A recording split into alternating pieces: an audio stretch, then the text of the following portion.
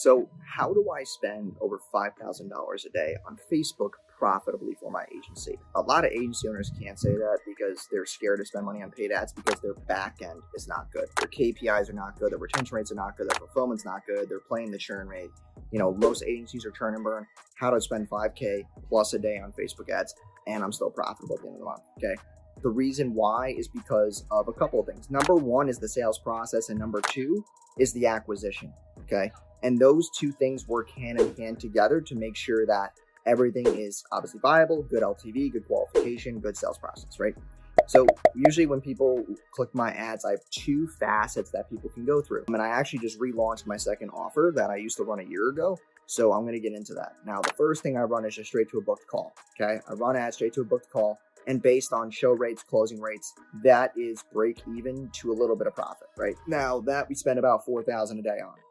The other side of it is my ad templates. Okay, and ad templates, they are like a digital product. It's $17 front end with 4 upsells after, and I'm able to build value until they get to the thank you page. So I have the ads that go straight to a booked call. There's no money made from the ads up front. And then my second offer is the ad templates, where it's like 100 high converting ad templates that business owners can copy and paste in their business and start seeing results, right? So that's like a cool, PDF. It's 296 pages. It took me a month and a half to build. With my right-hand man, Dave, who used to work with me, about 2 years ago. So they go into the funnel, they spend 17, there's upsells, my average order value is like over $80 right now. So they spend $80 on average. And then they go to the thank you page and then they can book a call there. So the difference between the two funnels is that one of them gets a lot more booked calls. The second one gets a lot more money from my ad spend back, so that I'm basically breaking even on the ad spend and making a little bit some days. And then I'm also getting booked calls. Those booked calls are more qualified people, okay? The reason why is because those booked calls are people who they've spent money, they put their card number in, they like what I offer, they went through my funnel, they were excited, okay? And when they spend money, it's easy to close them on the phone because then you can say, hey, listen, you already spent money with us. I'll just use the same card on file so that when you get to the end of the sales call, you're not getting like, oh, I don't have my card on me. I don't have this. I don't want to pay right now. It's like, it's an easy click, charge customer inside Stripe. It's just easier to close that deal at the end of the phone call. So that's why those two funnels work very well together. Also, there are two offers that are congruent to the ad space. Obviously, I sell DFY ad services. That's what my agency does.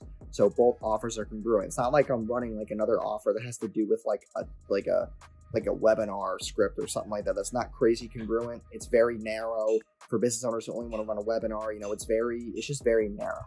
And that kind of friction can cause people to not be aligned with the sales process that you have in the back end, which is the sales call and the offerings and the tiers and the, obviously them booking a call and then being a qualified prospect to talk to. And obviously that also affects show rates. If leads are not crazy qualified, show rates are lower, they're not crazy excited, not crazy interested, it's not aligned with what they're doing. So that makes a lot of sense, right? And that's how we're able to spend $5,000 plus a day. Plus we're actually partnering with Cole Gordon right now to get more sales reps on board. I joined his STA program, which is really, really sick.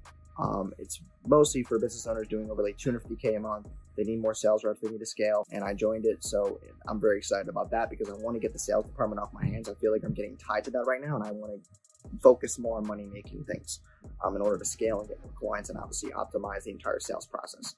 Also, we're transitioning from Slack to Basecamp, so we're doing all these things, and I don't want to lose track of the one fuel that makes this business profitable right now, which is sales. You need to focus on that. You need to focus on those show rates and the close rates and, optimizing that process, getting better qualified people into the pipeline. So that's what we're really focused on right now. So that's how I'm able to spend the $5K. On that $1,000 I'm spending right now on the ad templates. I'm actually about to go back inside right now and optimize those ads.